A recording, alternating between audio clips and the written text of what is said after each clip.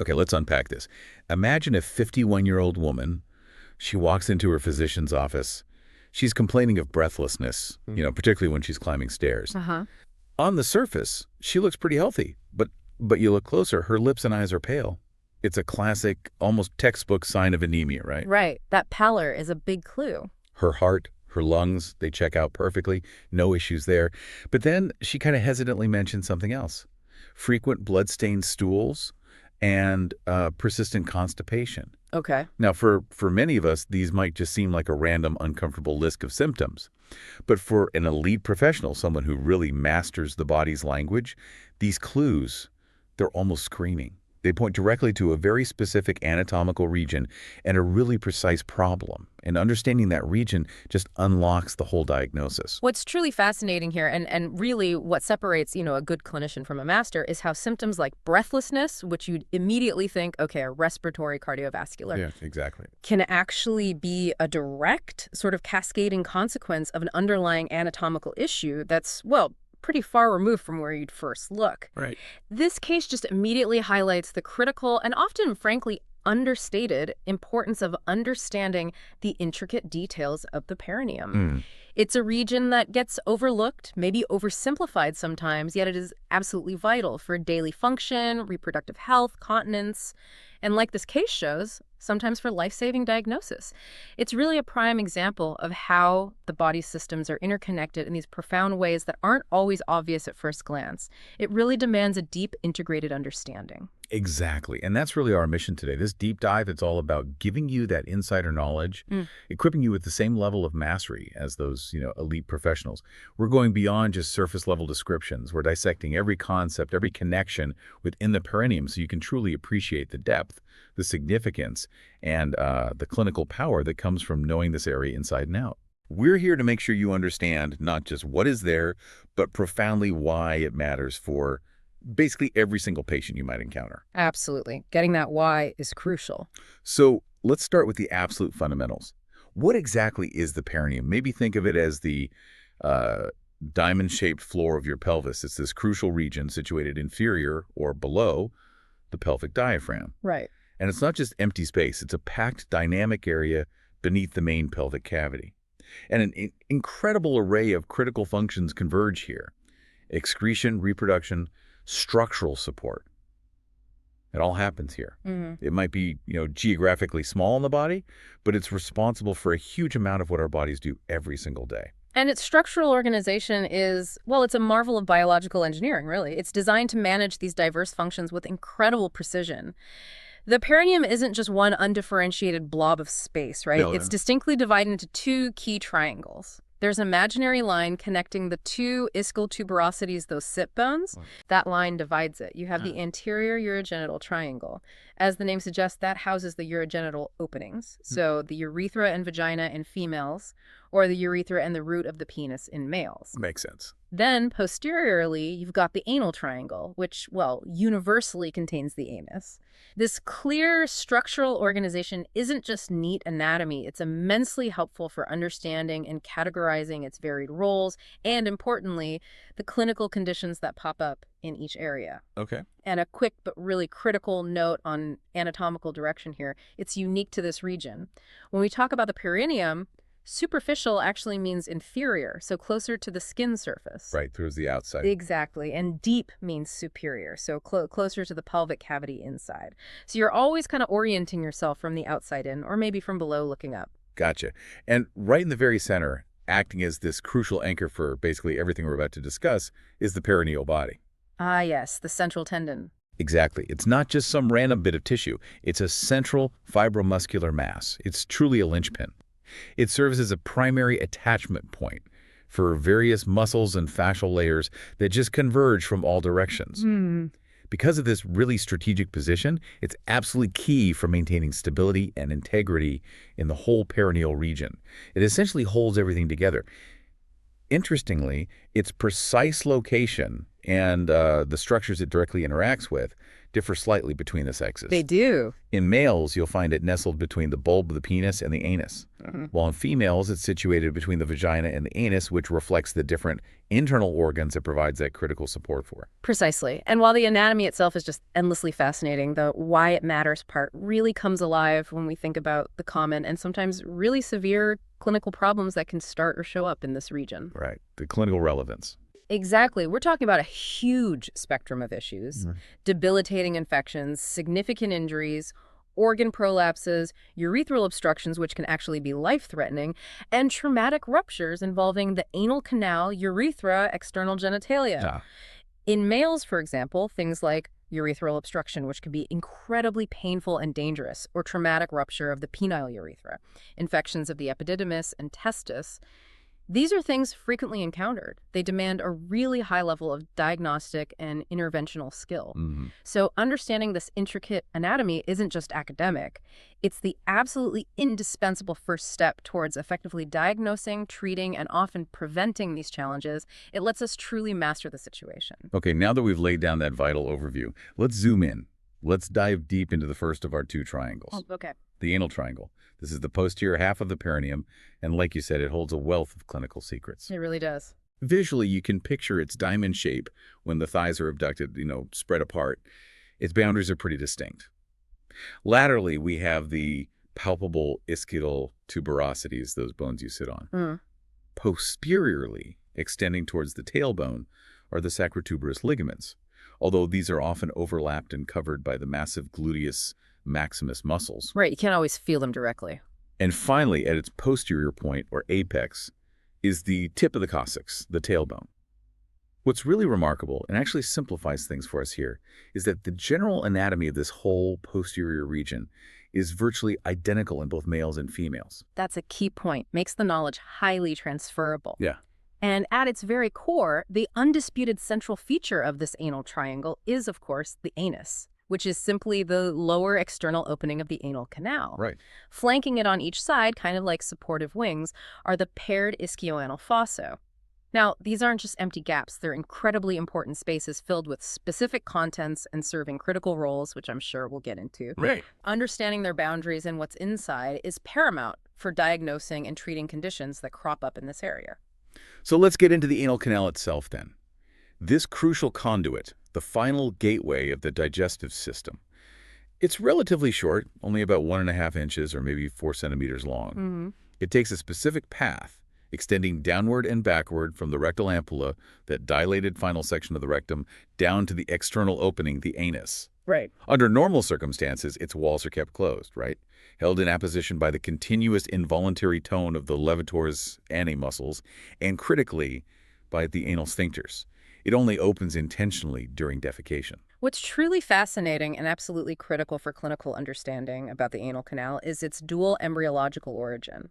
This foundational developmental detail gives rise to these profound structural and functional differences along its relatively short length. Okay, so it's not uniform. Not at all. It's essentially divided into two distinct halves at what we call the pectinate line, sometimes called the dentate line. It's this jagged sort of circumferential line where the anal valves are located. Oh, okay. The upper half, embryologically, comes from the hindgut entoderm.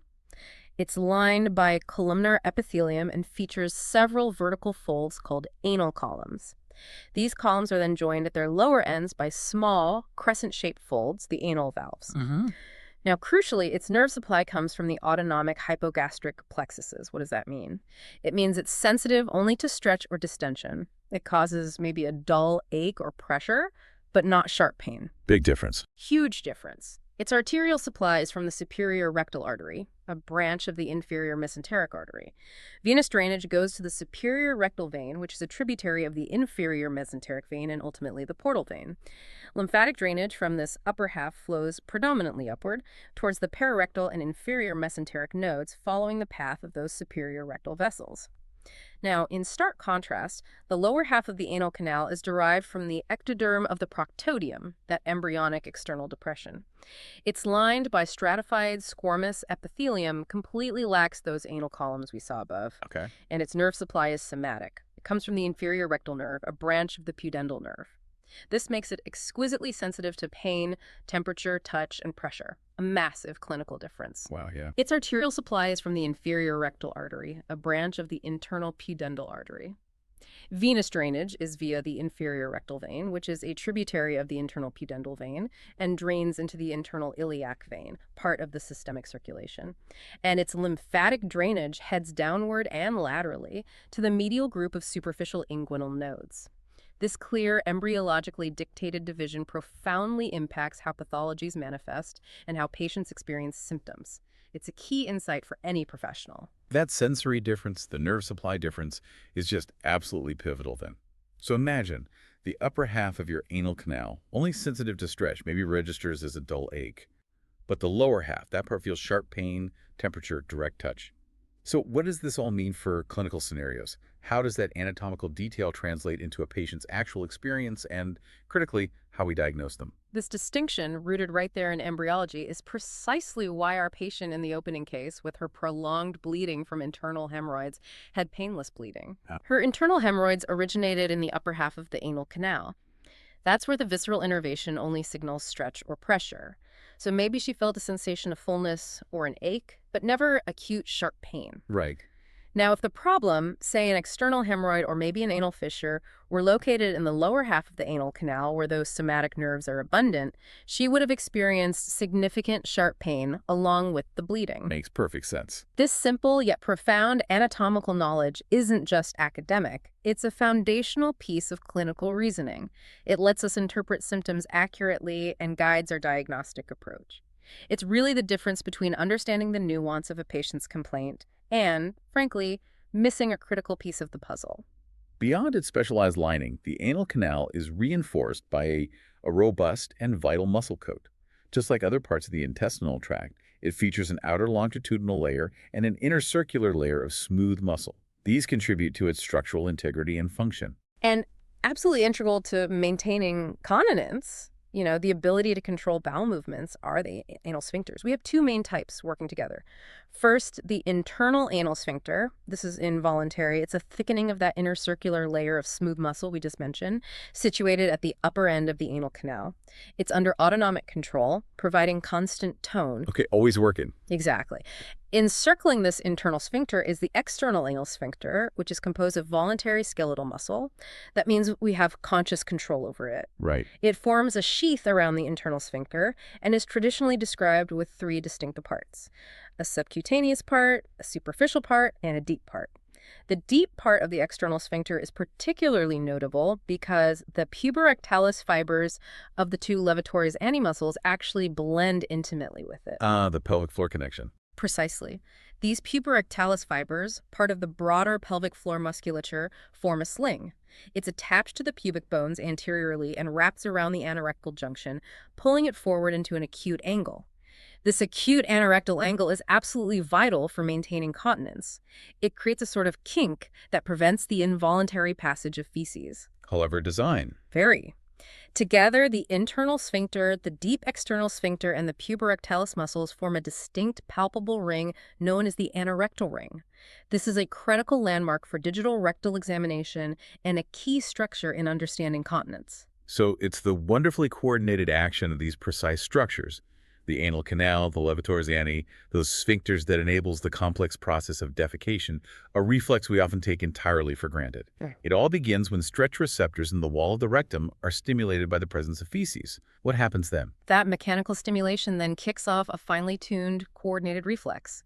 This reflex results in the emptying of the descending colon, sigmoid colon, rectum, and the anal canal. This whole process is significantly helped by an increase in intra-abdominal pressure, which we voluntarily generate, primarily by contracting our abdominal wall muscles and fixing our diaphragm. Right, bearing down. Exactly. Right. Simultaneously, the tonic resting contraction of both the internal and external anal sphincters, including those crucial puborectalis muscles holding that anorectal angle, is voluntarily inhibited.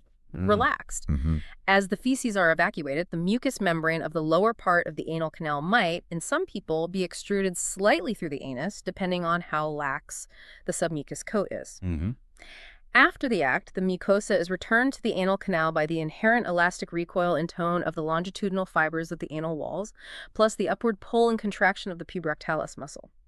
The anal canal then recloses through the tonic, often involuntary contraction of the internal sphincter and the return of voluntary tone to the external sphincter. It's a beautifully orchestrated sequence, often unconscious, of voluntary and involuntary actions.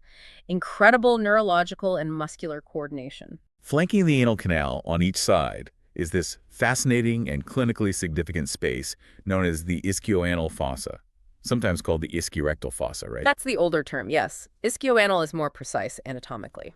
Got it. It's wedge-shaped, with the skin of the perineum forming its base, or most superficial aspect. Medially, its wall is formed by the sloping levator antemuscle and the anal canal itself, kind of curving inwards. Laterally, the wall is defined by the lower part of the obturator internus muscle, covered by its dense pelvic fascia. These paired fossa actually communicate with each other posterior to the anal canal, forming a kind of horseshoe shape. Yes, and that's clinically significant for the spread of infection. An abscess can track from one side to the other. Ah, okay. Each fossa also has a posterior recess extending deep under the gluteus maximus, and an anterior recess pushing forward between the perineal membrane and pelvic diaphragm, actually into the urogenital triangle. This fossa is primarily filled with dense adipose tissue specialized fat, which serves a critical dual purpose. First, it provides crucial, soft, but firm support for the anal canal, cushioning it. Right. And importantly, its pliable nature allows the anal canal to distend without obstruction during the passage of feces, accommodating changes in volume. Right.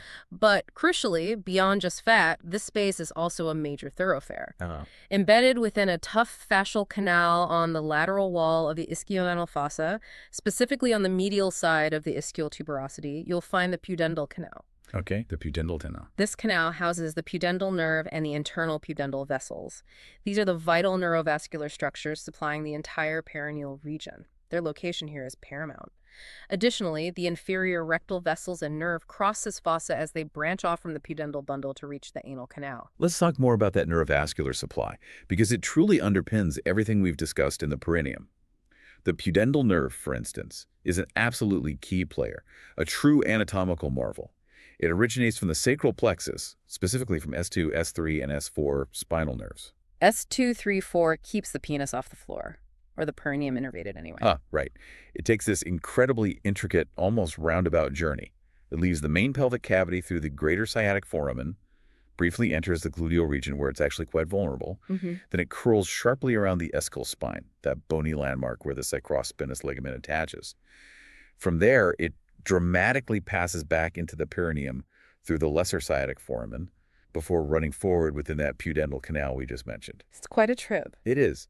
And its various branches are responsible for supplying the external anal sphincter, muscles of the urogenital triangle, and the skin throughout the perineum and external genitalia. Understanding this path is just crucial for effective nerve blocks. And its branches are quite specific, each with critical clinical implications. The inferior rectal nerve crosses the ischioanal fossa medially. It supplies the voluntary external anal sphincter, the highly sensitive mucous membrane of the lower half of the anal canal, and the surrounding perianal skin. Yeah. Knowing this tells you why an anal fissure or an external hemorrhoid is so exquisitely painful. Right. Then we have the dorsal nerve of the penis or clitoris. This goes to the skin and glands of those organs, carrying their primary sensory input. And finally, the perineal nerve supplies the muscles of the urogenital triangle and the skin on the posterior surface of the scrotum or labia majora. And the blood vessels follow suit. Pretty much. Mirroring this neural pathway, the internal pudendal artery, a major branch of the internal iliac artery, follows a very similar course through the same foramina and the pudendal canal. It gives rise to the inferior rectal artery, supplying the lower half of the anal canal, along with numerous branches to the penis, clitoris, labia, and other structures of the urogenital triangle. The internal pudendal vein, as you'd expect, largely corresponds to the artery, receiving tributaries that mirror its branches and draining back into the internal iliac system. Right. Now, if we connect this to the bigger picture, we uncover a critical anatomical arrangement here: the anorectal portal systemic anastomosis. Okay, that sounds important. Portal systemic anastomosis. It is. It involves a direct connection between the superior rectal vein, which is the portal component draining into the inferior mesenteric vein and eventually the portal vein going to the liver. Right. And the inferior rectal vein, which is the systemic component draining into the internal pudendal vein and ultimately the internal iliac vein back to the general circulation. So a connection between those two major systems. Exactly. This anastomosis is a vital bypass system. It provides alternative routes for blood flow if there's an obstruction, like in portal hypertension from liver disease. However, it's also a significant source of vulnerability, particularly as we'll see with conditions like hemorrhoids. The pressure differences, the lack of valves in the superior rectal vein, and the unique venous drainage can lead to significant clinical issues. This anatomical connection is a prime example of where systemic and portal circulations meet, and it has profound diagnostic and prognostic implications. Now, let's circle back to our initial patient and dive deep into the clinical notes, starting with her diagnosis: internal hemorrhoids. What exactly are these? How do they form? And how does our newfound anatomical knowledge, particularly about that pectinate line and nerve supply, help us truly understand them? Okay, internal hemorrhoids. Essentially, they are varicosities, enlarged, twisted veins of the tributaries of the superior rectal vein. Crucially, they are covered by mucous membrane, not skin. That's a key differentiator. They commonly occur in the anal columns at specific positions, typically 3, 7, and 11 o'clock when a patient is in the lithotomy position, legs up in stirrups. This pattern reflects the arrangement of the underlying blood vessels. Okay. Anatomically, a hemorrhoid isn't just a swollen vein. It's actually a fold of mucous membrane and submucosa that contains a varicose tributary of the superior rectal vein and a terminal branch of the superior rectal artery. Artery and vein involved. Yes, they're classified by severity. First-degree hemorrhoids are contained within the anal canal. Second-degree extrude during defecation but pop back in spontaneously. And third-degree prolapse outside the anus and need to be manually pushed back in. Okay. And as we discussed earlier, because they arise in the upper half of the anal canal above the pectinate line with that visceral innervation, they are characteristically painless. Right, that's the key symptom difference. Exactly. Yeah. Patients might report a dull ache, maybe a sensation of fullness or pressure due to stretch, but rarely sharp pain. The classic presentation is painless, bright red bleeding, just like in our patient. So, if they're often painless, what does this all mean for why they happen? Why are some people more prone to developing internal hemorrhoids, and what triggers them? Well, several predisposing factors kind of converge to make internal hemorrhoids a pretty common condition. Firstly, there can be a congenital weakness of the vein walls. It's not uncommon for hemorrhoids and varicose veins in the legs to occur together in families, suggesting maybe a hereditary component to connective tissue strength. Interesting. Secondly, the superior rectal vein is the most dependent or lowest part of the portal circulation, and critically, it lacks valves. No valves. No valves. This means the full weight of the blood column from the entire portal system can exert pressure on these delicate veins, especially when you're upright. Gravity is not your friend here. Right. Thirdly, the loose connective tissue in the submucosa of the upper anal canal offers little structural support to these vein walls, allowing them to distend easily. Additionally, the muscular coat of the rectum can, during peristalsis, transiently interrupt venous return. Chronic constipation with prolonged straining is a major factor. The repeated increase in intra-abdominal pressure and direct pressure on the veins significantly contributes to their engorgement and prolapse. Makes sense. Pregnancy is another common cause. The gravid uterus puts direct pressure on the superior rectal veins, impeding venous return. And conditions like portal hypertension, maybe from liver cirrhosis, dramatically increase pressure in the portal system, directly leading to larger, more symptomatic hemorrhoids. So increased pressure is a big theme. Huge theme.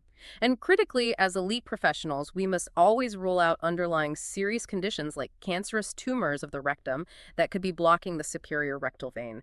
They can mimic hemorrhoid symptoms, and that would be a significant diagnostic pitfall to miss. Absolutely crucial point. Now, distinct from those internal issues, we also have external hemorrhoids. These are varicosities of the tributaries of the inferior rectal vein, meaning they're formed from veins below the pectinate line, running laterally from the anal margin, and significantly, they're covered by skin. Why does this anatomical difference in covering make such a huge difference clinically? Because they are covered by skin and located below the pectinate line, external hemorrhoids are innervated by the somatic inferior rectal nerves. This means, unlike their internal cousins, they are typically painful, exquisitely sensitive to pain, temperature, touch, and pressure. Right. Different nerves, different sensation. Exactly. When a blood clot or thrombosis forms within an external hemorrhoid, it becomes an acutely painful event. often felt as a tender, firm swelling right at the anal margin, frequently prompts an urgent visit to the doctor. It's a common and intensely uncomfortable presentation. And building on that, a perianal hematoma is another intensely painful condition. This is a small collection of blood under the perianal skin caused by the rupture of a subcutaneous vein, often maybe a thrombosed external hemorrhoid or just a simple strain. It leads to acute, localized, severe pain due to the sudden leakage of blood into those sensitive perianal tissues. Ouch.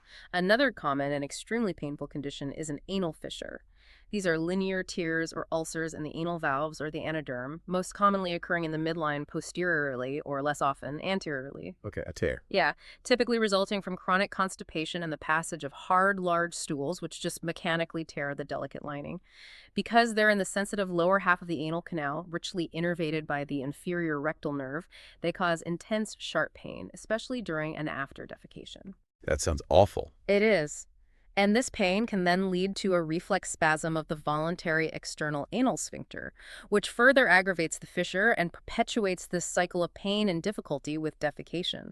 Sometimes they are so painful and the sphincter spasm is so severe that a thorough examination, let alone treatment, requires local anesthesia or even examination under general anesthesia to properly see and treat the tear. And what about the ever-present threat of infection in this anatomically complex area?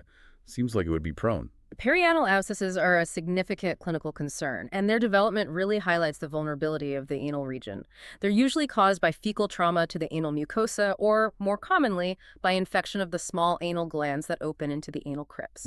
Glands getting infected. Yes. These abscesses can localize in different areas. A submucous abscess beneath the mucosa, a subcutaneous abscess directly beneath the perianal skin, or most commonly within that fat-filled ischioanal fossa and ischioanal abscess. Right, the fat-filled space. And what's crucial to understand is that the rich fat content of the ischioanal fossa, while allowing for distension, also makes it an excellent medium for bacterial growth once infected. Oh, dear. Large ischioanal abscesses can even track across the midline behind the anal canal because the two fossa communicate, remember? The horseshoe shape. Exactly, forming a debilitating horseshoe abscess involving both sides. There are also pelvirectal abscesses found higher up between the rectum and the levator ani muscle. Their precise anatomical location in relation to the sphincters and levator ani muscles dictates their classification, the approach to drainage, and their potential for severe complications, including fistulae. Fistulae? Yes, anal fistulae often develop as a direct consequence of untreated or inadequately treated anal abscesses. A fistula is basically an abnormal epithelialized tract that typically has one opening into the lumen of the anal canal or lower rectum and another opening onto the skin surface near the anus. Like a tunnel. Essentially, yes. If there's only one opening, we call it a sinus. These can be debilitating, causing persistent discharge and infection. We classify them as high-level fistulae if they pass above the anorectal ring. These often lead to persistent fecal soiling due to damage or involvement of that crucial continence mechanism. Low-level fistulae are located below this ring. The complex anatomy here demands meticulous surgical intervention to treat effectively while preserving continence. And this brings us back to re-emphasize the critical importance of the anorectal ring. It's not just a palpable landmark, it's the most crucial composite component of the anal canal's sphincteric mechanism. Formed by the deep part of the external sphincter, the internal sphincter, and significantly, the puborectalis part of the levator ani muscle. A whole team working together. Exactly. Any surgical damage or traumatic injury to this ring can lead to severe and often irreversible fecal incontinence, dramatically impacting a patient's quality of life and requiring complex reconstructive surgery. Its integrity is paramount for continence. Speaking of things in the rectum, sometimes foreign bodies end up there, intentionally or unintentionally, which can present a unique and often challenging clinical situation. Yes. Those cases. The natural, powerful tone of the internal and external anal sphincters, plus the puborectalis muscle pulling that anorectal angle tight, keeps the anal canal tightly closed. Plus, the levator ani muscles, sometimes helped by transverse rectal mucosal folds, provide additional support for rectal contents. It's a well-guarded exit. It is. This combination makes the removal of a large or irregularly shaped foreign body, like some of the bizarre examples you hear about a vase, an electric light bulb, Oh my. a formidable problem, not just a simple extraction. The typical procedure involves first carefully fixing the foreign body to stop it being pushed further up into the sigmoid colon by sphincter tone or straining. Then, For large, irregular, or fragile objects that could cause more injury on removal, it often becomes absolutely necessary to paralyze or significantly relax the anal sphincters. Right. You need to overcome that powerful muscle tone. How's that usually done? Usually with a general anesthetic or by performing a targeted anal sphincter nerve block. Ah, the nerve block again. That nerve block is a specific procedure that really highlights our anatomical mastery. By precisely blocking the branches of the inferior rectal nerve and the perineal branch of the fourth sacral nerve, S4, you can achieve both significant relaxation of the voluntary anal sphincters and thorough anesthetization of the perianal skin. How's it done? The procedure itself is quite precise. It involves first creating an intradermal wheal with local anesthetic solution behind the anus in the midline. Then, a gloved index finger is carefully inserted into the anal canal to serve as an internal guide. Okay, finger inside. Yes, a long needle is then used to inject anesthetic solution into the sphincter muscles along the posterior and lateral surfaces of the anal canal. This is meticulously repeated on the opposite side, with the guiding finger ensuring the needle doesn't accidentally poke through the anal mucous membrane. This technique provides targeted pain relief and muscle relaxation, essential for difficult examinations or procedures. All these issues we've been discussing, particularly those affecting the sphincters and support structures, can sadly contribute to incontinence, the involuntary leakage of feces. This can arise from several distinct causes, right? Absolutely. For instance, rectal prolapse, especially when it's severe and prolonged, can lead to fecal incontinence simply due to the excessive stretching and weakening of the anal sphincters over time. Treatment often focuses on restoring that crucial anorectal angle by tightening the puborectalis muscle and the external sphincters surgically. Makes sense. Then there's incontinence resulting from trauma.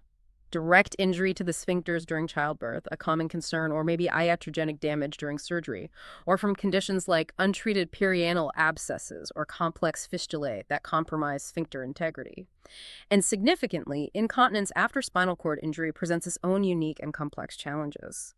Patients with such injuries lose conscious awareness of rectal distension because the sensory pathways are interrupted. They also lose the parasympathetic influence on peristalsis in the descending colon, sigmoid colon, and rectum, which normally helps propel feces along. Right, the signals aren't getting through. Exactly. Yeah. Plus, voluntary control over abdominal muscles, critical for increasing pressure during defecation, and the anal canal sphincters can be severely impaired or completely lost. While a local reflex response, mediated by the sacral segments, might still occur when rectal pressure rises, it's often inefficient and uncoordinated.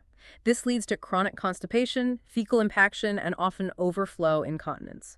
It's particularly challenging if the sacral segments of the spinal cord, where those key pudendal nerve roots live, are not spared from injury. For any professional evaluating the anal triangle, a digital anorectal examination is a foundational and incredibly powerful diagnostic tool. What exactly can be palpated during this crucial procedure? What insights does it give us? This digital examination, when performed skillfully, provides a wealth of information. It allows for a comprehensive assessment of the anal canal and all the surrounding structures. Such as? Okay, anteriorly, in males, the examining finger can palpate the contents of the rectovesical pouch if it's enlarged, the posterior surface of the bladder, the seminal vesicles, vasa deferentia, the rectoprostatic fascia, the prostate gland itself assessing size, tenderness, any nodules, the perineal body, the bulb of the penis, and the urethra. Wow, a lot. It is. In females, anteriorly, one can feel the rectuterine pouch, the pouch of Douglas, the posterior vaginal wall, the cervix of the uterus, the perineal body, and the lower part of the vagina. Posteriorly, the sacrum, cossax, and the anococcygeal body are palpable landmarks. Laterally, the ischioanal fossae can be assessed for tenderness or fullness, which might indicate an abscess, and the ischial spines can be felt. This comprehensive palpation allows for a thorough assessment of surrounding structures and potential pathologies.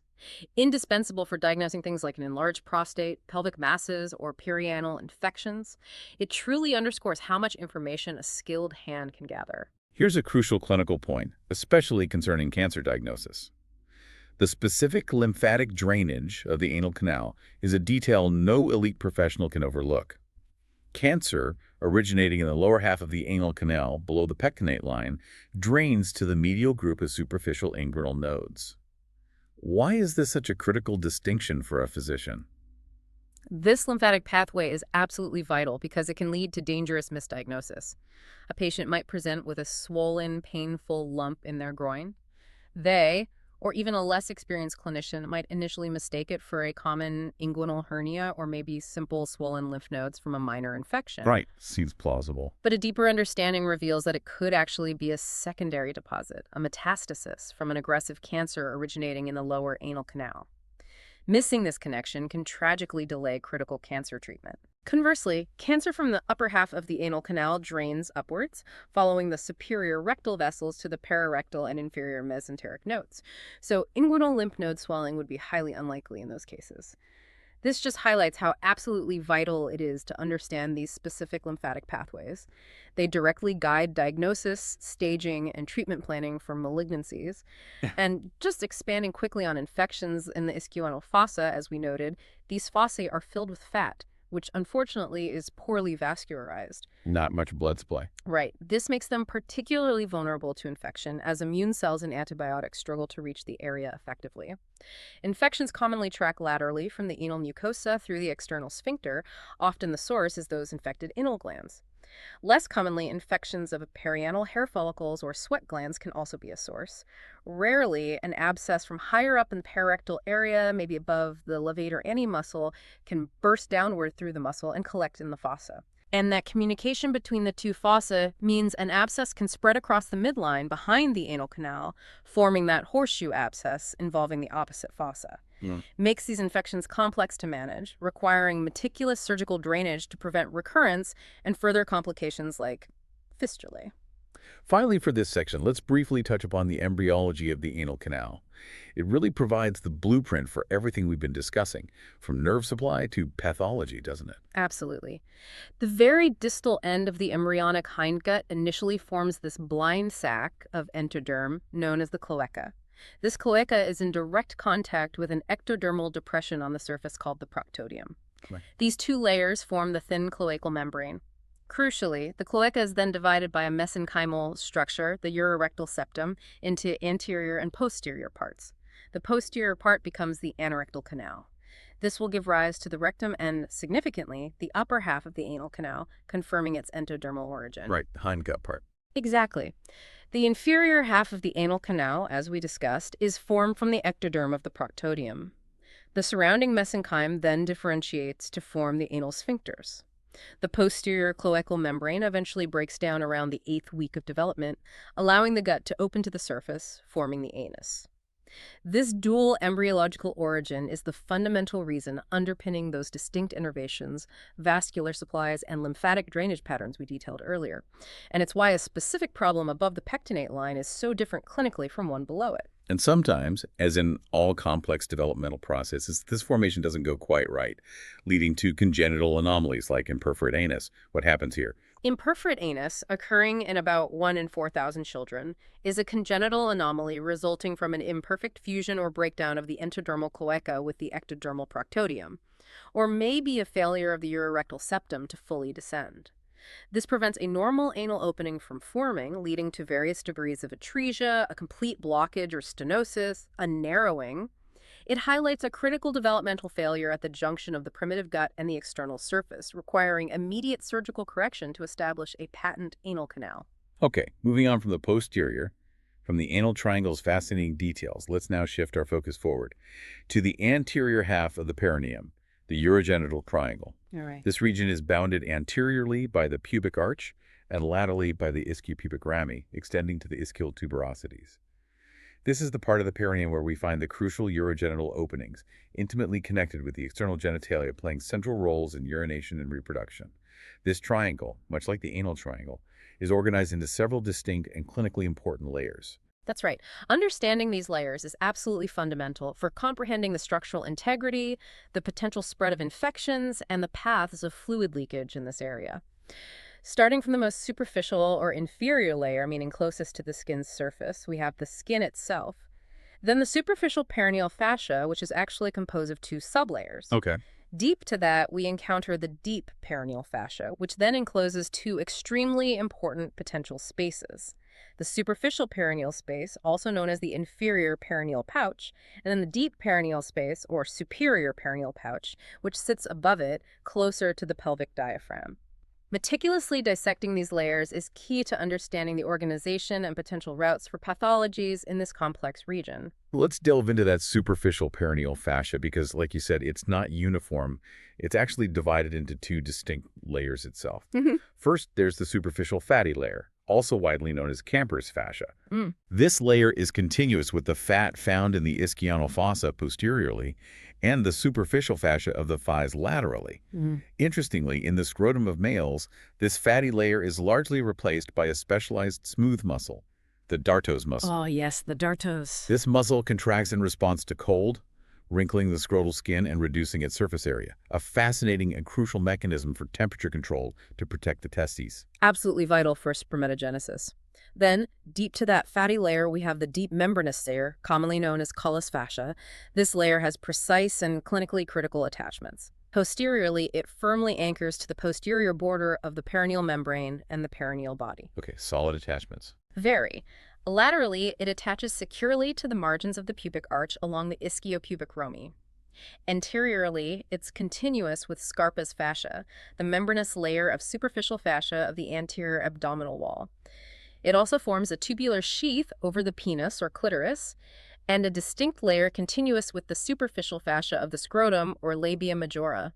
These specific attachments are immensely clinically significant. Why so significant? Because they dictate the potential paths of fluid extravasation. For example, in cases of urethral rupture, urine or blood will track along specific planes defined by these fascial attachments. Knowing these boundaries is essential for predicting the spread of infection or fluid and guiding surgical approaches. Got it. Just beneath that deep membranous layer, callus fascia, lies the superficial perineal space, or pouch. This is defined as the potential zone situated between the superficial perineal fascia and the perineal membrane, which forms its depot boundary. This space has clear boundaries. Posteriorly and laterally, it's a closed space due to the fusion of its walls with the perineal membrane and perineal body, and the firm attachment of that membranous fascia to the pubic arch. But here's an important, almost counterintuitive point for understanding fluid spread.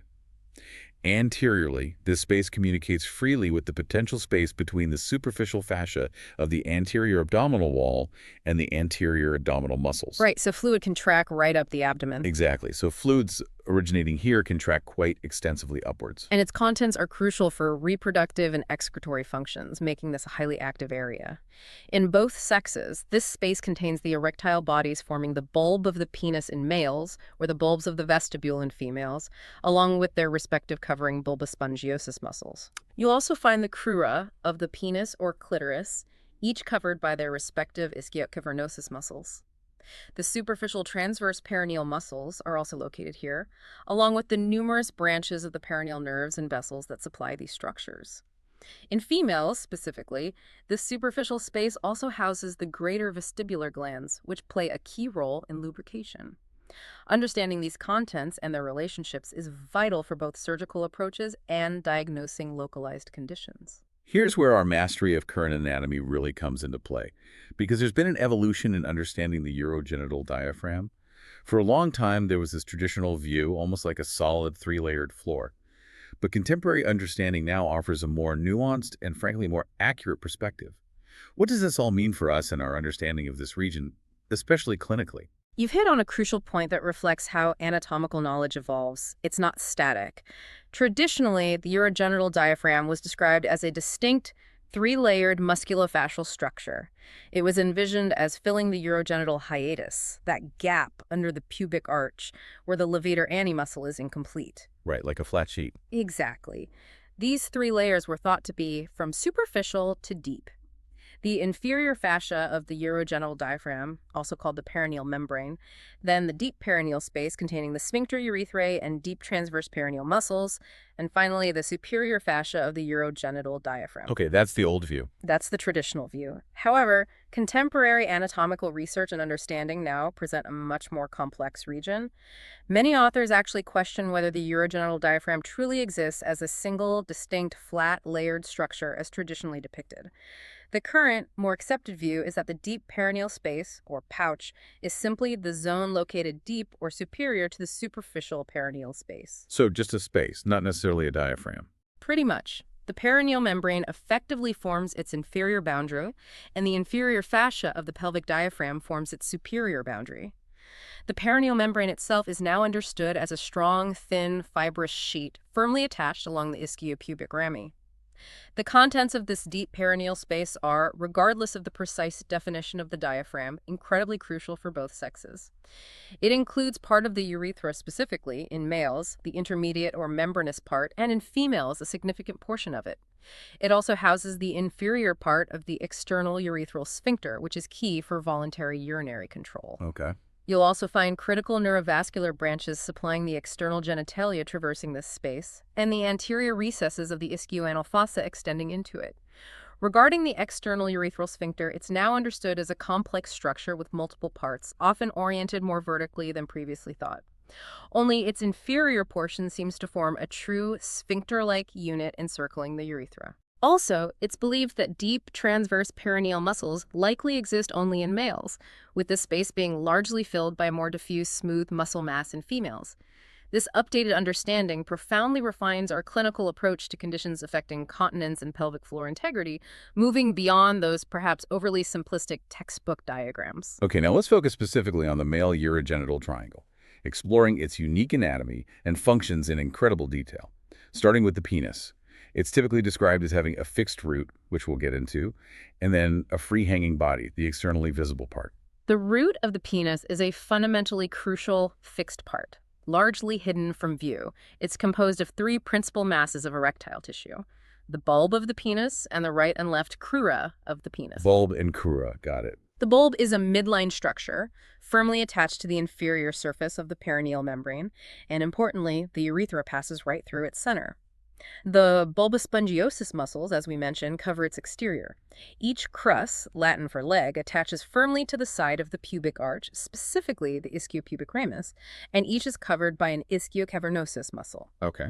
As these structures extend forward into the free body of the penis, the bulb continues into the single ventral corpus spongiosum, which surrounds the urethra, while the two crura converge anteriorly to lie side by side, forming the two dorsal corpora cavernosa. The body of the penis itself, the free pendulous part, consists of these three cylinders of erectile tissue: the two dorsally placed corpora cavernosa and the single corpus spongiosum positioned ventrally, all neatly enclosed within a strong tubular sheath of deep fascia known as Buck's fascia. Buck's fascia, important layer. Yeah. At its distal end, the corpus spongiosum expands dramatically to form the glans penis, which is that acorn-shaped cap covering the ends of the corpora cavernosa. The distinct raised posterior edge of the glans is called the corona. Right. At the very tip of the glans, you'll find the slit-like external urethral meatus, the external opening of the urethra. A hood-like fold of skin, the prepuce or foreskin, covers the glans to varying extents, and a small, delicate tissue fold called the frenulum connects the prepuce to the glans just below the urethral orifice. Finally, two important condensations of deep fascia, the suspensory ligaments of the penis, extend from the linea alba and pubic symphysis to attach to the penile fascia, providing crucial support and anchoring for the whole organ. When it comes to the blood supply to the penis, it's remarkably intricate and really tailored for its function. The superficial skin and fascia get supply from branches of the external pudendal artery, which comes off the femoral artery. However, the deeper erectile parts of the penis receive their primary supply from branches of the internal pudendal artery. That's the critical vessel for the entire perineum. These branches include 1. The deep artery of the penis, or profunda artery. This penetrates each crus and runs centrally within each corpus cavernosum, giving off specialized helicine arteries that fill the spongy erectile tissue during erection. Helicine arteries, okay. 2. The artery of the bulb of the penis, which supplies the bulb, the corpus spongiosum, and ultimately the glans. And 3. The dorsal artery of the penis, which runs along the dorsal aspect deep to Buck's fascia, supplying the skin and fascia of the body. Makes sense. And the veins.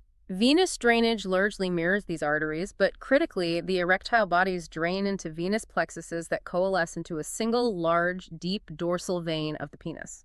This runs under the pubic symphysis and drains into the prostatic venous plexus. That's a key element in maintaining erection. Right, trapping the blood. Exactly. Lymphatic drainage is also bifurcated, which is important. Oh. The skin of the penis drains to the superficial inguinal nodes, But the erectile bodies, the deeper structures, drain to the internal iliac nodes. This distinction is vital for cancer staging. Good point. Nerves. The nerve supply is primarily a blend of somatic and autonomic. Somatic innervation, for sensation and motor control of perineal muscles, is via the pudendal nerve, specifically the dorsal nerve of the penis. Autonomic fibers, originating from the inferior hypogastric plexus, supply the smooth muscle of the blood vessels, particularly those helicine arteries, playing a direct role in erection and detumescence. Adjacent to the penis, we have the scrotum, which is essentially an outpouching of the lower part of the anterior abdominal wall. It acts as an external sac, crucial for temperature regulation, housing the testes, the epididymides, and the lower ends of the spermatic cords. Its external structure is characterized by rugose, or wrinkled, skin with sparse hairs, and a prominent midline ridge called the scrotal rapha, which clearly indicates its bilateral embryological origin from fused genital swellings. The scrotum's blood supply is quite specialized. It features subcutaneous plexuses and arteriovenous anastomoses that are absolutely vital for thermoregulation, as the testes need a temperature slightly cooler than core body temp for optimal sperm production. Right, keep them cool. Exactly. It receives blood from external pudendal branches of the femoral artery and scrotal branches of the internal pudendal artery. Veins generally accompany these arteries. The lymphatic drainage for the scrotal wall itself follows the superficial lymphatics, draining to the medial group of superficial inguinal lymph nodes. Okay, inguinal for the wall. Yes. However, and this is a key clinical point due to embryological descent, the contents of the scrotum, the testes, and epididymis drain upward, following their original developmental path, to the lumbar or periaortic lymph nodes way up near the kidneys around L1. Wow, that's a big difference. Huge difference. Paramount for staging testicular cancer, as groin lymphadenopathy would be a very late sign. The nerve supply to the anterior scrotum is provided by the ilioinguinal nerve and the genital branch of the genitofemoral nerve, while the posterior scrotum is innervated by scrotal branches of the pudendal and posterior femoral cutaneous nerves, with the pudendal nerve being a major contributor overall. Going back to our perineal spaces, the superficial perineal space in males specifically contains the structures forming the root of the penis, that's the bulb and the crura, along with the muscles that cover them, the bulbus spongiosus and ischiocavernosus muscles. You'll also find the superficial transverse perineal muscles here, plus branches of the duodenal nerve and internal pudendal vessels. Let's quickly detail the specific functions of these muscles because their actions are directly tied to urinary, sexual, and structural roles. The bulbus spongiosus muscles, located on each side of the midline, cover the bulb of the penis. Their primary roles are to compress the penile urethra, effectively helping to empty residual urine or semen after urination or ejaculation. Critically, they also compress the deep dorsal vein of the penis, which impedes venous drainage from the erectile tissue, thereby assisting in maintaining penile erection. Helping with erection, too. Yes. The ischiocavernosus muscles cover each crus penis, attaching to the ischial tuberosities and pubic rami. Their contraction compresses the crus, forcing blood into the corpus cavernosum, and also assisting significantly in maintaining erection by retarding venous outflow. Finally, the superficial transverse perineal muscles, located in the posterior part of this pouch, arise from the ischioramus and insert into the perineal body, helping to fix and stabilize this central structure. The perineal branch of the pudendal nerve supplies all these muscles and the overlying skin. Deep to all of that, within the deep perineal space, which, in the contemporary view, is the area between the perineal membrane and the inferior fascia of the pelvic diaphragm in males, this space is quite packed. It contains the intermediate or membranous part of the urethra, a crucial portion of the external urethral sphincter. Specifically the sphincter urethrae, the bulbourethral glands, the deep transverse perineal muscles, and, of course, the internal pudendal vessels and their branches, along with the dorsal nerves of the penis. Breaking down these essential contents, the intermediate or membranous part of the urethra is a short segment, only about ½ inch or 1.3 centimeters long.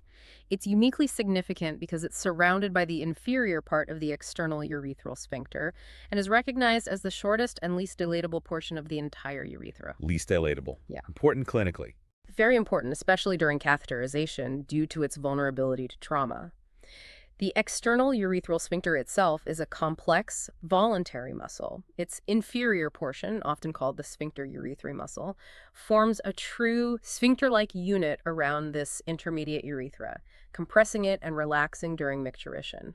It's directly supplied by the perineal branch of the pudendal nerve, giving us conscious control. Yeah, okay. The bulbourethral glands, also known as Cowper's glands, are two small, pea-sized glands embedded within the sphincter urethrae muscle in this deep space. Their ducts pierce the perineal membrane to enter the penile urethra, secreting a clear, lubricating pre-ejaculate fluid in response to erotic stimulation. Helps neutralize residual urine and lubricate the tip. The deep transverse perineal muscles are generally considered clinically unimportant in terms of dynamic function, mainly helping to fix the perineal body. Finally, the internal pudendal artery and its branches, including the artery to the bulb, the deep artery of the penis, and the dorsal artery of the penis, along with the dorsal nerve of the penis, all traverse this space, supplying the surrounding structures and skin. Completes the neurovascular picture. Here's where it gets really fascinating for understanding male physiology. The intricate dance of nerves and blood flow that leads to penile erection. It's an incredible, complex neurovascular event.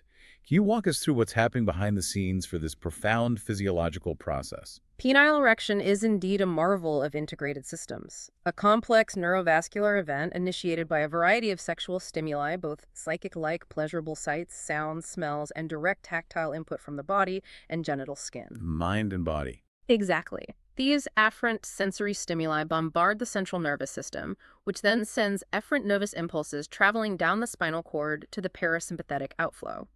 Specifically, the pelvic splanchnic nerves originating from S2, S3, and S4. S2, 3, 4 again. Right. These preganglionic parasympathetic fibers then synapse on postganglionic neurons located within the inferior hypogastric plexuses and the prostatic nerve plexus.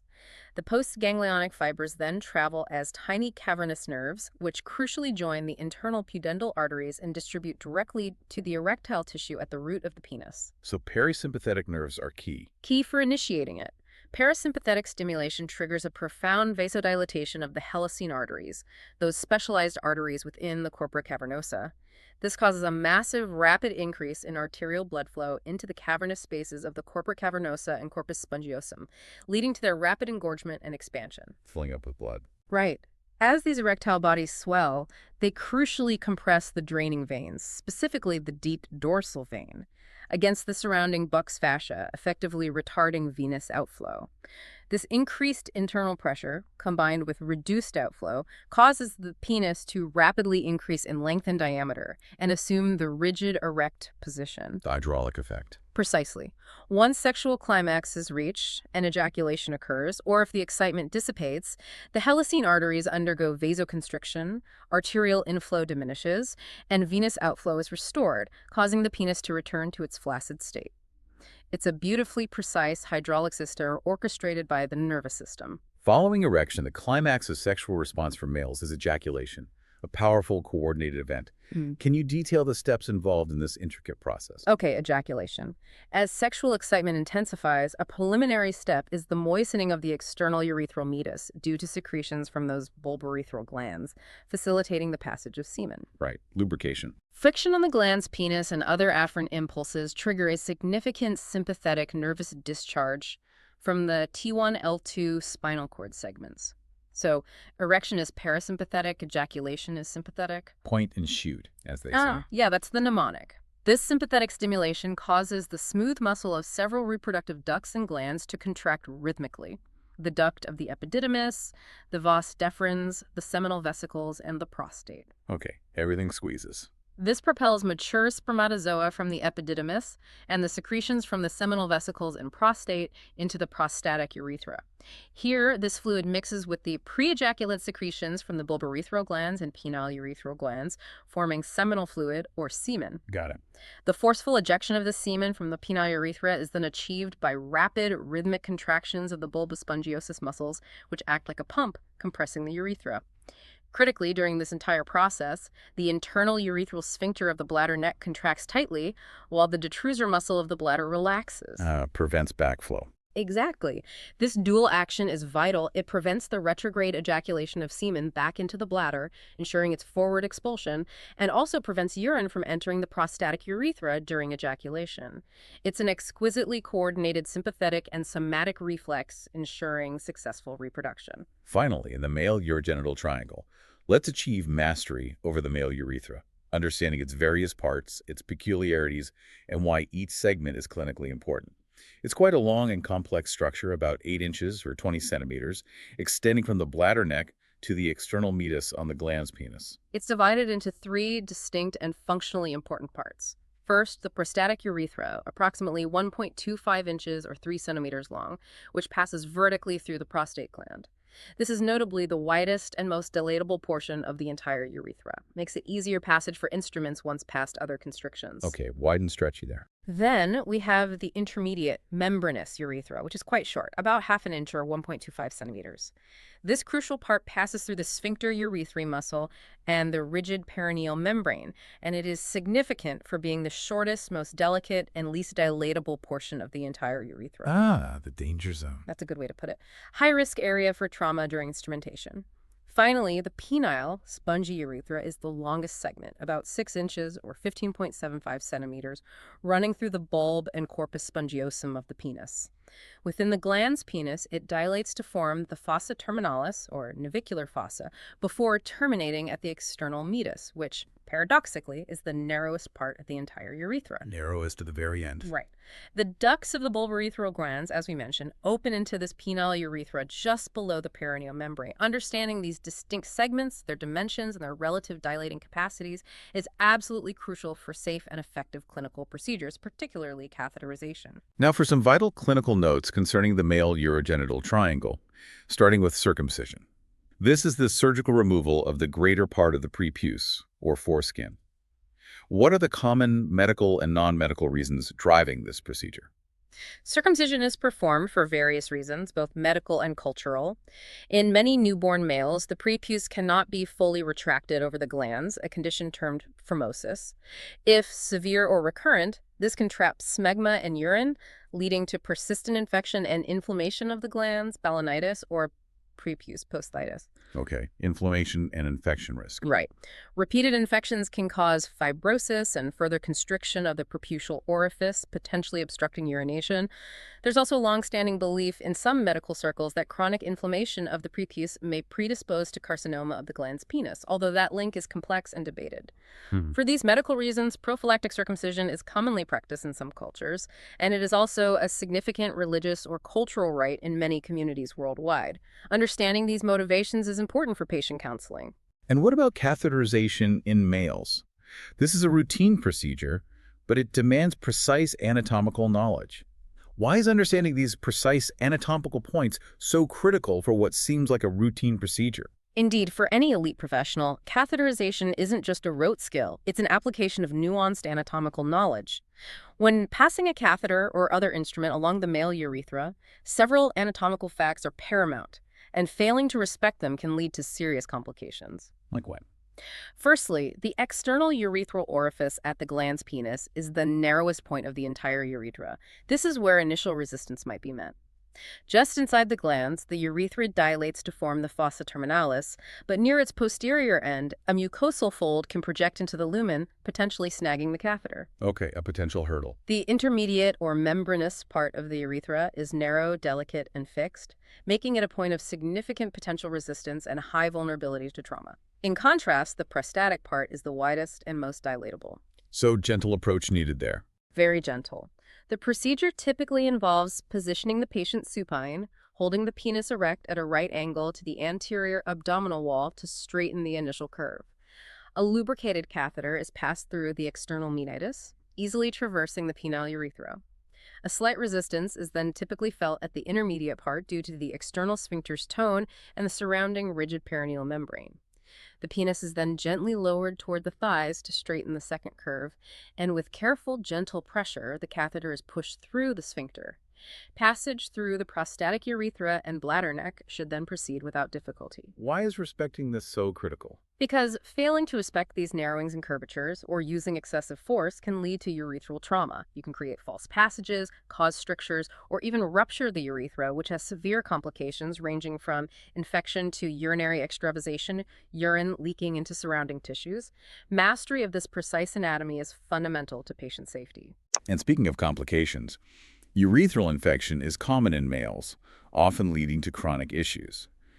Which areas are particularly vulnerable? The bulb of the penis, being the most dependent part of the male urethra when the patient is upright, is particularly prone to the pooling of urine or residual infections. Makes it a common site for chronic inflammation and stricture formation. Okay, pooling is bad. Yes. Furthermore, the numerous glands that open into the urethra, including those of the prostate, the bulbourethral glands, and many small penile urethral glands, are common sites for chronic bacterial infections, like gonococcal infection. They can be difficult to eradicate because they hide out in those glands. Makes sense. Related to this is urethral rupture, a severe injury that can complicate a blunt, crushing blow to the perineum, like falling astride a beam or a bicycle crossbar. Ouch. Common sight. The most common site of rupture is within the bulb of the penis, just below the perineal membrane. If this occurs, urine extravasates into the superficial perineal space, spreading extensively forward over the scrotum and anterior abdominal wall beneath callus fascia.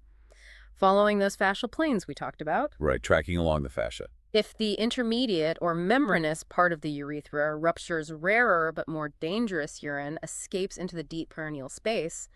From there, it can extravasate upward around the prostate and bladder or track downward into the superficial perineal space. These are serious injuries requiring immediate surgical attention to prevent severe infection and potential tissue necrosis. Finally, let's consider erection and ejaculation after spinal cord injuries. How does the body's complex control over these functions change when the spinal cord, the central highway for these signals, is damaged? This area really highlights the specific neural pathways involved. Penile erection is primarily controlled by parasympathetic nerves from S2-4. Bilateral damage to the reticulospinal tracts in the spinal cord, carrying descending signals, can result in the loss of psychogenic erection initiated by mental stimuli. Okay, the brain-triggered kind. Right. However, after the initial effects of spinal shock wear off, spontaneous or reflex erections, triggered by direct physical stimulation of the genitalia, may still occur if the sacral segments of the spinal cord and their associated reflex arcs remain intact. Shows the localized nature of this reflex. Interesting. What about ejaculation? Ejaculation, on the other hand, is primarily controlled by sympathetic nerves from T1L2. Similar to erection, severe bilateral spinal cord damage above this level can lead to a loss of psychogenic ejaculation. Yet, reflex ejaculation may sometimes be possible in patients with spinal cord transections in the thoracic or cervical regions, provided the sympathetic outflow from T1L2 and the integrity of the pelvic splanchnic nerves are maintained. This demonstrates the complex, often hierarchical interplay of central and peripheral nerve pathways in sexual function. Damage at different levels can lead to varied outcomes. Okay, now let's shift our focus entirely to the female urogenital triangle, exploring its unique anatomy and functions. This area contains the female external genitalia, collectively known as the vulva, along with the orifices of the urethra and the vagina, all critical for urination, reproduction, and sexual function.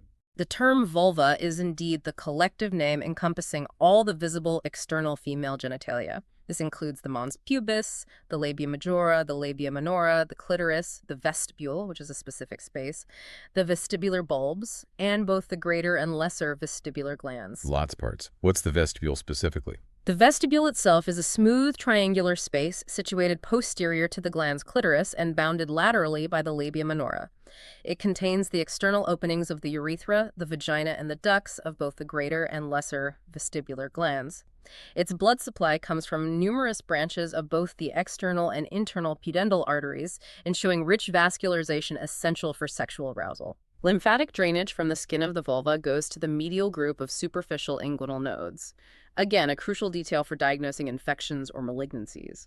Nerve supply to the anterior parts of the vulva is from the ilioinguinal nerves and the genital branch of the genitofemoral nerves, while the posterior parts are supplied by branches of the perineal nerves and the posterior femoral cutaneous nerves, making it exquisitely sensitive to touch. At the apex of the vestibule, we find the clitoris, which is the female phallic organ. It's a remarkable structure, often described as being homologous to the penis in the male. Its structure indeed mirrors that of the penis in its fundamental design, though differing in size and external presentation. The root of the clitoris consists of two columns of erectile tissue, the right and left corpora cavernosa, which form the crura of the clitoris. Each crest attaches firmly to the side of the pubic arch and is surrounded by an istiocavernosus muscle, directly homologous to the crura of the penis. Same basic parts. Exactly. The body of the clitoris is formed by these paired corpora cavernosa joining side by side beneath the pubic symphysis, enclosed in dense connective tissue. At its tip, the glans of the clitoris is a small mass of erectile tissue that caps the body. It connects to the vestibular bulbs via tiny bands of erectile tissue and is partly covered by the prepuce, a fold of skin formed by the anterior fusion of the labia minora. Okay. The epithelium of the glans is incredibly rich in sensory nerve endings, making it the most sensitive part of the clitoris, crucial for sexual arousal. Its blood supply, lymph drainage, and nerve supply follow virtually identical patterns to the penis. Internal pudendal arteries supplying most erectile tissue, lymph draining to internal iliac or deep inguinal nodes, and the pudendal nerve providing both sensory and motor innervation to surrounding muscles. And closely associated with the clitoris are the vestibular bulbs and several important glands that play key roles in female sexual function and lubrication. The vestibular bulbs are paired erectile bodies situated on each side of the vestibule, deep to the labia minora, and each is covered by a bulbospongiosus muscle. They attach to the inferior surface of the perineal membrane and connect anteriorly to each other and to the glands of the clitoris via tiny bands of erectile tissue. These paired structures are directly homologous to the single bulb of the penis in males, but in females, they are separated by the vagina. Separated by the vagina, interesting. And the glands. Then we have the greater vestibular glands, also widely known as Bartholin's glands. These are a pair of small mucus-secreting glands located under the posterior parts of the vestibular bulbs, one on each side. Each gland has a small duct that opens into the vestibule, specifically into the groove between the hymen and the posterior part of the labia minor. What do? They play a crucial role by secreting clear, lubricating mucus during sexual arousal and intercourse. They are homologous to the male bulbourethral glands. Their inflammation or blockage, leading to Bartholin cysts or abscesses, is a common clinical presentation, often demanding surgical drainage. Within the superficial perineal space in females, the contents are quite similar to those in males, with some key female-specific additions. This space contains the bulbs of the vestibule and their covering bulbospongiosus muscles, the crura of the clitoris with their ischiocavernosus muscles, the superficial transverse perineal muscles, perineal nerves and vessels, and importantly, the greater vestibular glands. The muscles here also have specific functions tailored to female anatomy and sexual response. The bulbospongiosus muscle in females surrounds the vaginal orifice and covers the vestibular bulbs. Its fibers extend forward to attach to the corpora cavernosa of the clitoris, playing a role in reducing the size of the vaginal orifice and, crucially, compressing the deep dorsal vein of the clitoris, thereby assisting in clitoral erection by retarding venous outflow. Similar function to the male muscle, then. Similar principle, yes. The ischiocavernosus muscle on each side covers the crus of the clitoris, and its contraction also assists in clitoral erection by compressing the crura. The superficial transverse perineal muscles perform the same function as in males, helping to fix and stabilize the perineal body. All these muscles are supplied by the perineal branch of the pudendal nerve, providing motor control and contributing to the dynamic nature of the female perineum. And deeper, within the deep perineal space in females, we find specific critical structures. Part of the urethra, the external urethral sphincter, a significant portion of the vagina, and branches of the internal pudendal vessels and pudendal nerve. The external urethral sphincter in females is a complex structure, often described as having multiple parts. Its superior, more vertically oriented part, which is largely skeletal muscle, extends upwards along the urethra to the bladder neck, contributing to continence. The inferior portion forms a true sphincter-like unit, the sphincter urethrae, specifically encircling the urethra within the perineal membrane. There are also additional muscle slips, such as the compressor urethrae and urethrovaginal muscles, which are intimately related to the urethra and vagina, contributing further to urinary continence. A key anatomical difference from males that professionals must remember is that there is no organized internal urethral sphincter in females. No internal sphincter. How does continence work, then? Bladder neck continence is achieved by the smooth muscle arrangement of the bladder neck itself, supported by the levator ani muscle. Furthermore, deep transverse perineal muscles are typically absent in females, replaced instead by a more diffuse, smooth muscle mass running along the posterior margin of the perineal membrane and attaching to the perineal body. The neurovascular supply organization to this deep space generally follows the same pattern as in males, with the internal pudendal vessels and branches of the pudendal nerve providing arterial supply, venous drainage, and innervation. Just like in males, the female urogenital triangle is the site of clitoral erection and female orgasm, the physiological climax of sexual response. The mechanism for clitoral erection mirrors that of penile erection, involving the engorgement of erectile tissue. Right. During female sexual excitement, the vaginal walls become raised due to a process called transudation fluid passing through the congested mucous membrane, supplemented by lubricating mucus secreted by the greater vestibular glands at the vaginal orifice. Okay. There's a critical difference in sensitivity that informs our understanding of female pleasure. The upper part of the vagina, which lies within the true pelvis, has visceral afferent innervation via the hypogastric plexuses and is sensitive only to stretch or pressure, not direct So touch. only stretch up high. Right. However, the region of the vaginal orifice, the labia minora, and especially the clitoris, receives somatic afferent supply through the ilioinguinal nerves and the dorsal nerves of the clitoris, making them exquisitely sensitive to touch, temperature, and pain. Very sensitive down low. Exactly. Appropriate stimulation of these areas, reinforced by impulses from other parts of the body, leads to a climax of pleasurable impulses reaching the central nervous system. This results in sympathetic outflow, T1L2, to the smooth muscle of the vaginal wall, causing rhythmic contractions. Concurrently, impulses travel via the pudendal nerve, S24, to the bulbus spongiosus and ischiocavenosus muscles, leading to their rhythmic contractions, culminating in female orgasm. It's a complex interplay of visceral and somatic sensation and autonomic and somatic motor control. Focusing on the urinary tract, the female urethra is significantly shorter and anatomically less complex than its male counterpart, measuring about 1.5 inches or 3.8 centimeters long. It extends from the bladder neck to the vestibule, opening approximately 1 inch behind the clitoris. It passes through the pelvic diaphragm, the sphincter urethrae, and the perineal membrane, lying immediately anterior to the vagina, where it forms a palpable bulge on the anterior vaginal wall. Notably, it's also considerably more easily dilatable than the male urethra. Associated with the female urethra are the lesser vestibular or periurethral glands, sometimes known as Skene's glands. These glands lie on each side of the vestibule and open into it by small ducts near the external urethral orifice. Interestingly, these glands are considered embryologically homologous to the male prostate, producing a similar fluid. Homologous to the prostate. Wow. And finally, a central and incredibly vital structure in the female perineum is the vagina.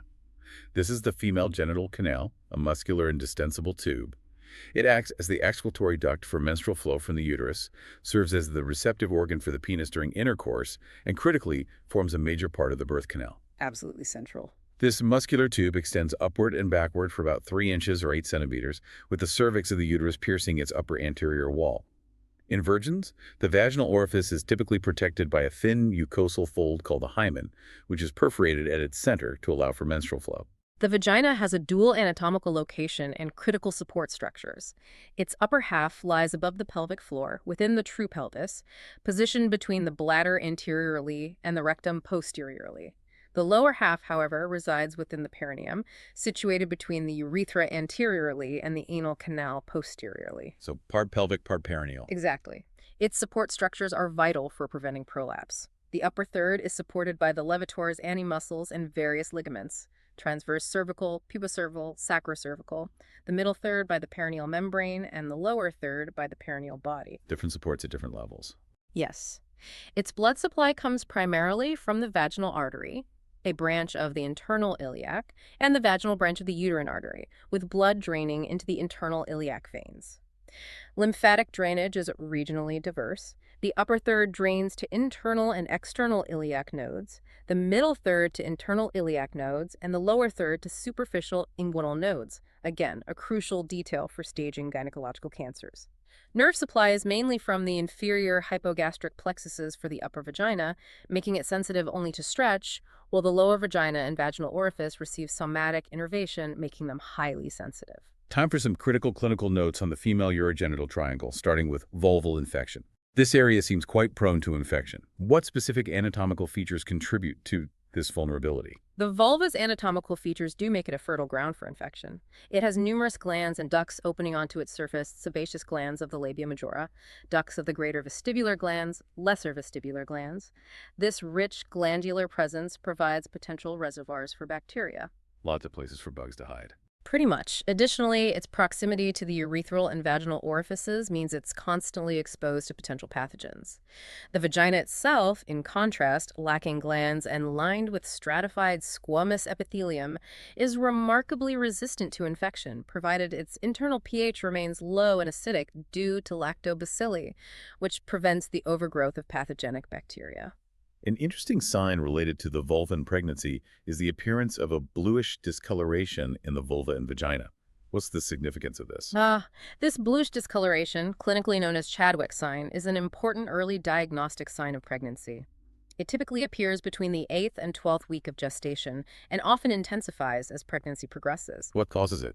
It's caused by increased venous congestion in the entire pelvic and perineal region due to the profound physiological changes of pregnancy, including increased blood volume and venous stasis. Makes everything look a bit blue or purplish. Okay.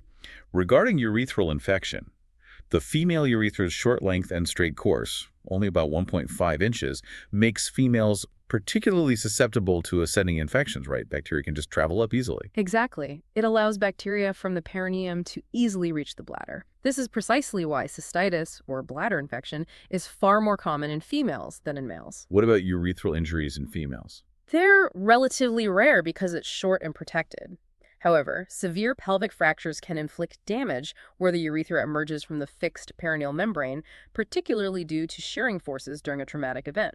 On a more positive note for patients, catheterization in females is considerably easier and less complicated than in males. Why is that, anatomically? That's right.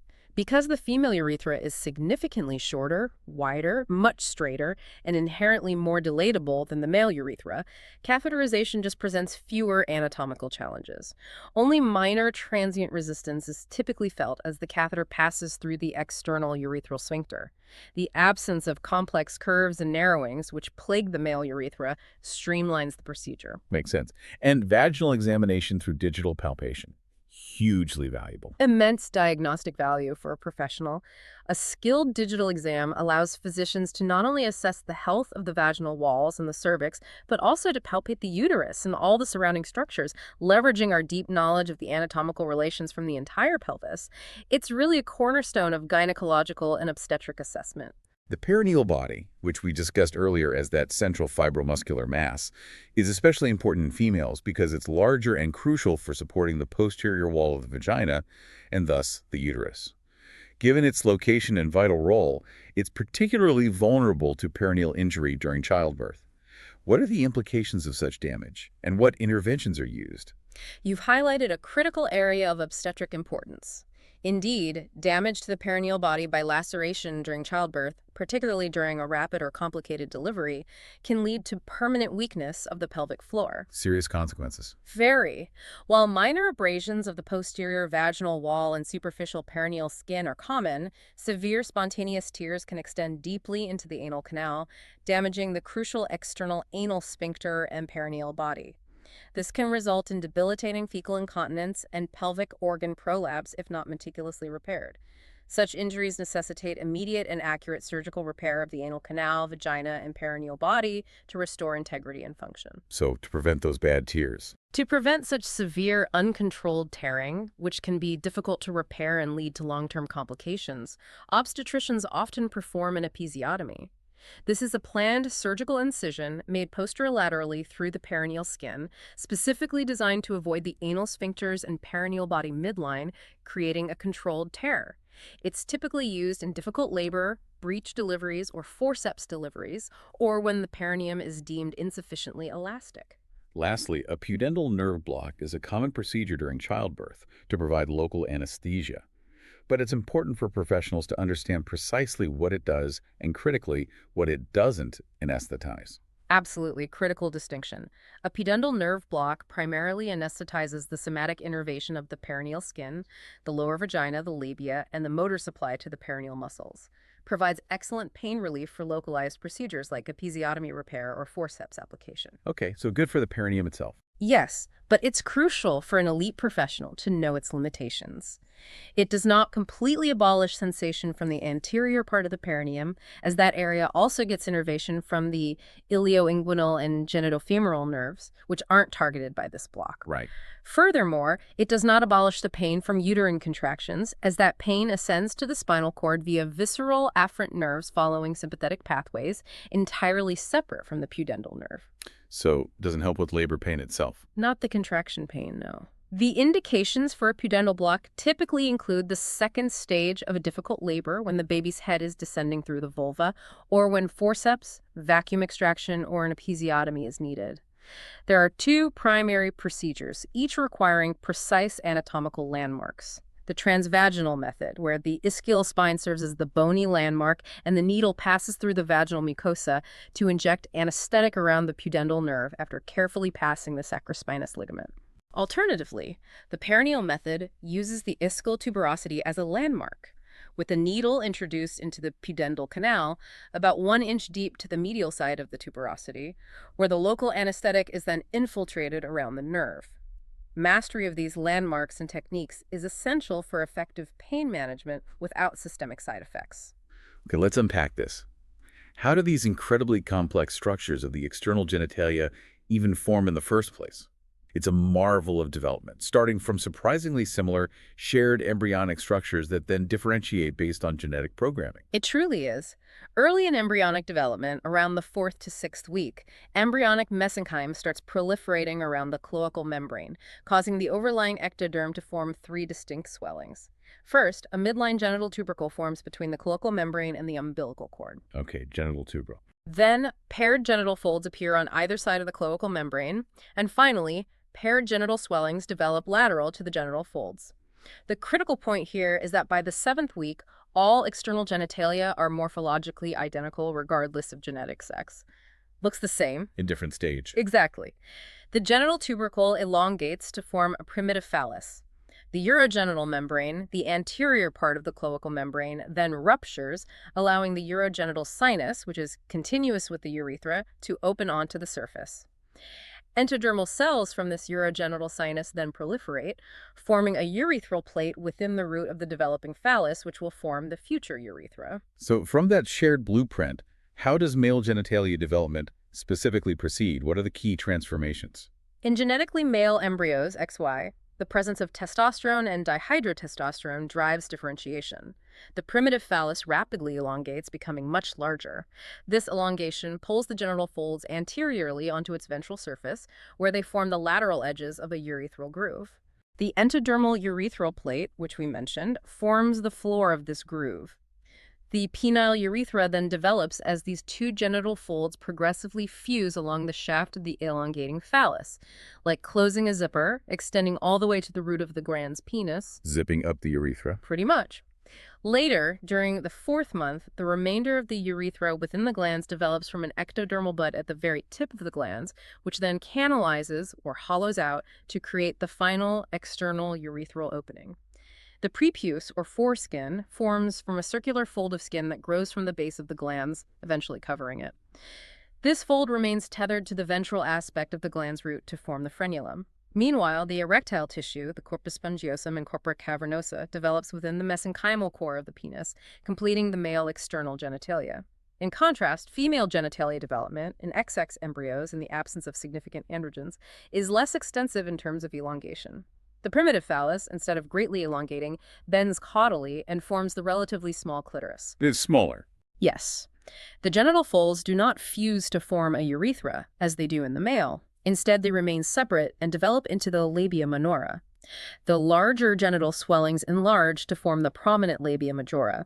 So this divergence from a common embryonic structure, meticulously determined by genetic factors and hormonal signaling, leads to the distinct male and female perineal anatomies we've been discussing, highlights the profound impact of early developmental events.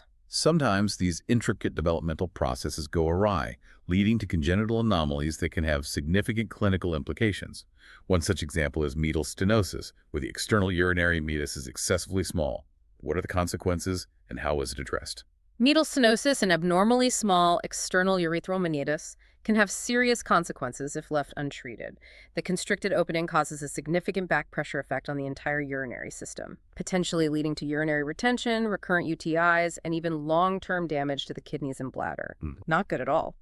It often requires medical intervention, typically either dilatation of the meatus using specialized instruments or a surgical incision, meatotomy, to enlarge the opening and restore normal urinary flow. The most common male urethral anomaly is hypospadias. This is where the external urethral meatus is abnormally situated on the ventral or undersurface of the penis, rather than at its normal position at the tip of the glands. Meatus in the wrong place underneath. Exactly. This anomaly can occur anywhere along the ventral surface, from the glands to the perineum, and is classified into 5 types based on location: glandular, coronal, penile, penoscrotal, and perineal. The underlying causes vary. Types 1 and 2, glandular and coronal, are typically caused by a failure of that ectodermal bud from the tip of the glands to properly join the endodermal cells of the penile urethra. Types 3, 4, and 5, penile, penoscrotal, and perineal, result from a more extensive failure of the paragenital folds to unite on the undersurface of the developing penis. Often, hypospadias is associated with chordee, a downward curvature of the penis due to fibrous tissue, which can further complicate function. In severe penoscrotal or perineal varieties, the genital swellings may also fail to fuse completely, leaving the meatal orifice directly in the midline of the scrotum or perineum, significantly impacts urinary and sexual function, and requires complex surgical reconstruction. Another anomaly, though much rarer, is epispadias, which is also more common in males. In males, the external meatus is located on the dorsal or upper surface of the penis, anywhere between the glands and the anterior abdominal wall. Epispadias is indeed much rarer and often more severe. In males, the external meatus being on the dorsal surface means the urethra is essentially split open along its top, leading to difficulty directing the urinary stream. The most severe type is often associated with bladder exstrophy, a congenital condition where the bladder is open and exposed on the abdominal wall, highlighting a much broader developmental defect. Very serious. Female version. In females, epispadias manifests as a split urethra and can even be associated with a double clitoris. This anomaly is believed to be caused by a failure of the embryonic mesenchyme to properly develop in the lower part of the anterior abdominal wall, which normally contributes to the formation of the lower abdominal wall and external genitalia. This failure can result in incomplete closure of the anterior body wall and the dorsal aspect of the phallus, leading to the characteristic presentation. So we've gone deep into the intricate, unseen anatomy and its developmental origins. But how do we as elite professionals actually see these structures internally, or crucially, feel and visualize them externally in a clinical setting? Let's talk about radiographic anatomy and then surface anatomy. Radiographic imaging plays a vital role in confirming our clinical suspicions and visualizing internal structures. For instance, a cystoethogram of the male urethra, where contrast dye is injected, can provide invaluable visual insight into the internal structures, allows us to see the bladder neck, the prostatic, intermediate, and penile parts of the urethra in their entirety. See the whole tube. Exactly. Especially useful for identifying potential strictures, fistulae, or other abnormalities that might not be evident on external examination. Such images are invaluable for confirming diagnoses made during physical exam and guiding surgical planning. But often, long before any advanced imaging, a tremendous amount can be learned simply by careful visualization and palpation, the art of surface anatomy. Let's start with the bony boundaries you can feel and what they tell us. Right, the framework. The symphysis pubis is a solid, midline cartilaginous joint felt at the lower extremity of the anterior abdominal wall, key anterior anchor. The tip of the coccyx, your tailbone, can be palpated in the cleft between the buttocks, roughly an inch behind the anus, serving as a posterior landmark. And the ischial tuberosity, those robust bones that support the body's weight when sitting, can be felt in the lower part of the buttock, distinctly emerging from beneath the gluteus maximus, particularly when standing or with the hip flexed. These palpable bony landmarks frame the entire perineum. Moving to the anal triangle, the anus itself is readily visible as the lower external opening of the anal canal. In a living person, the anal margin typically appears reddish-brown and is characteristically puckered due to the resting tonic contraction of the external anal sphincter. Coarse hairs are typically seen surrounding it, and their absence or alteration can be clinically significant. In the male urogenital triangle, a great deal can be assessed externally through careful inspection and palpation, providing rich diagnostic information. The penis, with its root, body, and glands, offers many palpable and visible features. The bulb of the penis, part of the root, can be felt on deep palpation in the midline behind the scrotum, indicating its fixed position. On the body of the penis, a superficial dorsal vein is often visible in the midline when the organ is flaccid, providing insight into superficial venous drainage. The glans penis, forming the extremity, presents the slit-like external urethral meatus at its summit, along with the visible frenulum and the prominent corona. The prepuce, or foreskin, covers the glands to varying extents and should typically be fully retractable without discomfort or constriction. Right, checking for phimosis. The scrotum, the sac of skin and fascia, has a characteristic rugose or wrinkled texture and sparse hairs, with the scrotal raft clearly visible as a midline ridge, indicating its bilateral embryonic fusion. Inside, the testes are easily palpable as oval, firm structures, freely mobile within the tunica vaginalis. Their size, consistency, presence are critical assessments. It's checking for masses or tenderness. The epididymides can be felt on the posterolateral surface of each testes, identifiable by their expanded head, body, and pointed tail, from which the cord-like vas deferens emerges to enter the spermatic cord.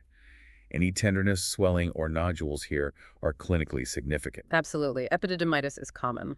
And for the female urogenital triangle, there are many distinct and incredibly important features for surface anatomy and clinical assessment. The mons pubis is a rounded, hair-bearing elevation of skin anterior to the pubis, typically with a characteristic horizontal superior hair margin in females, a secondary sexual characteristic. The labia majora are prominent, fat-filled, paired folds of skin, uniting anteriorly at the anterior commissure and posteriorly at the posterior commissure, which typically becomes less distinct or fades after the first vaginal birth. Their outer surfaces are pigmented and hairy, inner aspects pink and hairless. Right. Medial to these are the labia minora, smaller, fat-free, hairless folds of soft skin, which enclose the vestibule. They unite anteriorly to enclose the clitoris, forming its more posterior frenulum and more anterior prepuce, and also connect posteriorly to form the frenulum of the labia minora or fourchette. Okay. The vestibule is a smooth, triangular area bounded by the labia minora, with the clitoris at its apex and the fourchette at its base. Within the vestibule, posterior to the external urethral meatus, lies the vaginal orifice, which in virgins is often protected by the hymen, a thin mucosal fold perforated at its center. The small orifices of the greater vestibular glands, Bartholin's glands, are also found in the groove between the hymen and the posterior part of the labium minus, crucial for assessing for cysts or abscesses. Finally, the clitoris itself is situated at the apex of the vestibule, with its glands partly hidden by the prepuce. All these surface landmarks allow for direct, thorough clinical assessment and understanding of the external female anatomy. Okay, this is where we bring it all together, cementing those aha moments and really solidifying your mastery of this complex region.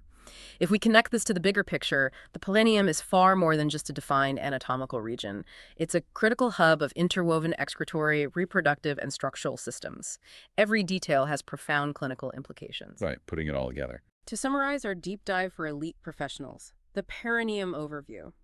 It's that diamond-shaped area inferior to the pelvic diaphragm, cleanly divided into the anterior urogenital triangle and the posterior anal triangle. The perineal body is that central fibromuscular mass, serving as an absolutely critical point of attachment and support for pelvic floor integrity. The anal triangle contains the anal canal and the paired ischianal fossa. Our detailed dissection of the anal canal's upper versus lower halves highlighted their distinct embryology, innervation, visceral stretch versus somatic pain, vascularization, and lymphatic drainage, all precisely delineated by the pectinate line. This distinction is fundamental for understanding symptom presentation, like our patient's painless bleeding. Understanding the sphincters, involuntary internal, voluntary external, along with the palpable anorectal ring, is crucial for continence. The fat-filled ischianal fossa not only support the anal canal, but critically house the pudendal canal with the primary neurovascular supply. The anorectal portal systemic anastomosis is a key bypass, but also the basis for hemorrhoids, internal, painful, systemic, comprehensive clinical examination, understanding fissures, abscesses, fistulae, incontinence, all paramount. The urogenital triangle? We explored its layers, superficial and deep perineal spaces, and the evolving view of the urogenital diaphragm. The superficial space houses external genitalia and neurovasculature. The deep space contains parts of the urethra and the crucial external urethral sphincter, voluntary urinary control. The male urogenital triangle. We detailed the penis, root body glands, its blood nerve supply, essential for erection ejaculation. The scrotum has critical lymph drainage difference, contents to lumbar, wall to inguinal, vital for cancer staging. The three male urethra parts, prostatic, intermediate, penile, have unique clinical considerations. We covered neural control of erection ejaculation and spinal cord injury effects. The female urogenital triangle. We defined the vulva, detailed the clitoris, homologous to penis, vestibular bulbs, homologous to bulb, greater vestibular glands, Bartholin's, homologous to bulbourethral. Superficial space holds clitoris, bulbs, muscles, glands. Deep space has urethra, external sphincter, no organized internal sphincter in females. Vagina. The female urethra is shorter, wider, UTI risk. Lesser vestibular glands are homologous to prostate. The vagina has distinct supports, blood lymph nerve supply, lymph drainage vital for GYN cancers. Clinically prone to infection, pregnancy changes, childbirth injury, perineal body importance, episiotomy rationale, pudendal block limits. Finally, surface anatomy. Palpable, visible bony landmarks and external genitalia provide direct clinical assessment, grounding our deep anatomical knowledge in practical, patient-facing skills. And there you have it, a truly deep dive into the perineum. We've meticulously dissected everything from the embryological origins dictating nerve and blood supply to the precise muscular actions enabling continence and sexual function. We've explored, the dartos muscle contracting in the cold, to the intricate neural dance of erection and ejaculation, and those critical clinical distinctions between internal and external hemorrhoids, all tied back to our initial patient. You now possess a detailed map of this vital anatomical region, equipped to understand not just the what, but the profound why behind its structure, function, and pathology. Indeed. This journey through the perineum underscores how a truly comprehensive understanding of anatomy, down to the last nerve and vessel, isn't just academic trivia. It's the absolute non-negotiable foundation for diagnosing conditions with precision, interpreting symptoms accurately, and performing clinical procedures with both confidence and, most importantly, safety. Every detail, every connection we've explored today has a direct why behind it, directly impacting patient care and outcomes and solidifying your mastery. Absolutely. And now, for your provocative thought to take with you, to keep that intellectual curiosity burning. Considering the perineal body's crucial role in supporting the vaginal wall, especially in females, and its inherent vulnerability during childbirth, leading to potential long-term issues like prolapse and incontinence, what more do you think could be done? Or what innovative approaches might emerge, perhaps beyond current surgical techniques or standard obstetric practices, to better protect and restore this essential anatomical anchor, ensuring long-term pelvic health for women worldwide? Until next time, keep digging deeper.